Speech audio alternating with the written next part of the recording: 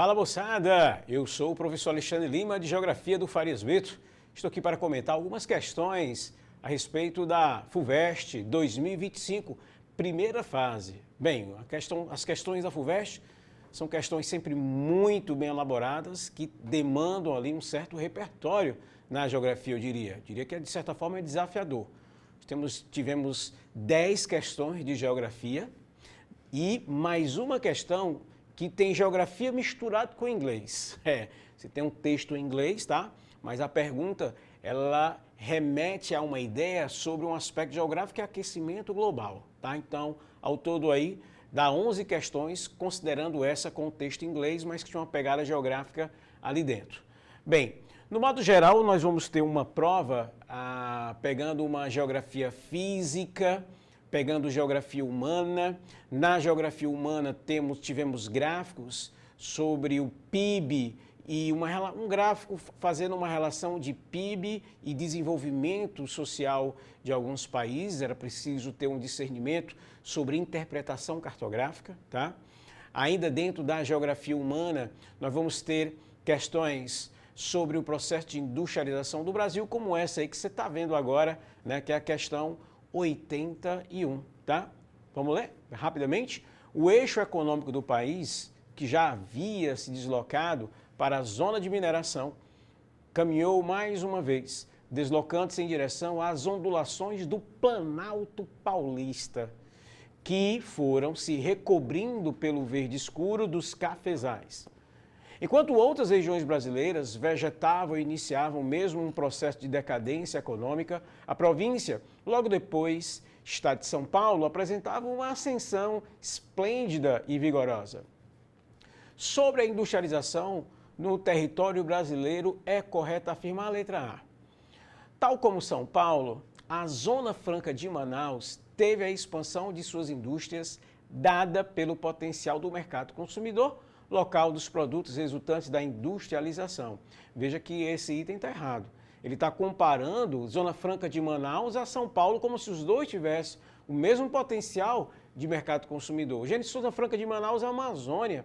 São Paulo, a gente está falando de São Paulo, que é a região mais rica da América Latina. Se um país fosse, estaria ali entre as 40 maiores economias. É lá onde temos o maior centro consumidor, não Zona Franca de Manaus. Zona Franca de Manaus é um polo industrial que foi estabelecido no governo militar com o intuito de densificar a Amazônia, povoar a Amazônia, né, naquele projeto de integração nacional. Então está errado o item A. Item B, o Nordeste teve sua expansão industrial durante o Estado Novo, em razão da alta concentração de capitais dos estados da região, permitindo conexões dos seus polos industriais já consolidados. Está errado, né? O Nordeste não teve a sua expansão industrial durante o Estado Novo. O Nordeste teve a sua expansão industrial ali, digamos, década de 90, né? Tudo isso começa ali década de 80, os governos do Estado somente ali no caso, 3 estados, Ceará, Pernambuco e Bahia, vão criar infraestrutura para receber um porte industrial, né? Na área das estradas, transportes, portos, energia, água, tá? 80 e 90 a gente tem aí um boom dessa área aí do Nordeste, tá? Item C, o boom industrial que aconteceu na região sul, a partir da década de 80, foi similar ao desenvolvimento ocorrido no Sudeste, onde a mão de obra especializada aumentou a produção. Bem, quando ele equivale o processo de industrialização do Nordeste com o Sudeste, está errado. Com o Sul com o Sudeste, também está errado. A gente tem basicamente aqui 5 países aqui dentro, né? Do que tange a cultura, na perspectiva da economia, na perspectiva do processo de industrialização. Não dá para eu dizer que o nosso país, muito heterogêneo, teve um processo de industrialização ou urbanização equivalentes. D.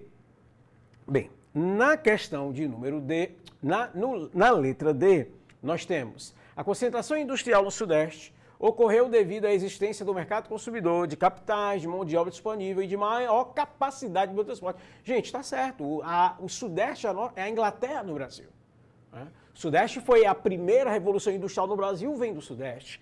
Né? Muito puxado ali pelo café, que vai criar toda aquela infraestrutura para que lá na frente a indústria se beneficie disso. Tá? Então, aí item D está correto. O item E, a região centro-oeste contou com a facilidade de obtenção de energia por meio de hidrelétricas e termoelétricas, além da densa malha viária para o seu desenvolvimento industrial. O centro-oeste não é uma região industrial como é o sudeste, o centro-oeste é uma região do agro, tá? Do agronegócios. Então, realmente aí é, no caso, a letra D nessa questão, tá? E a gente, só para pegar mais uma, né, como amostragem do que foi aí a FUVEST, a questão de número 88, consiste em uma faixa de terra semiárida e árida, que contorna a borda do sul do deserto do Saara e percorre a extensão da África no sentido leste-oeste. Atua como um cinturão que divide o continente africano em dois, a África majoritariamente islâmica ao norte e a cristã ao sul. Englobando ao menos 11 países, a região é lar para dezenas de grupos étnicos. Chifre da África não é porque fica no nordeste da África, tá?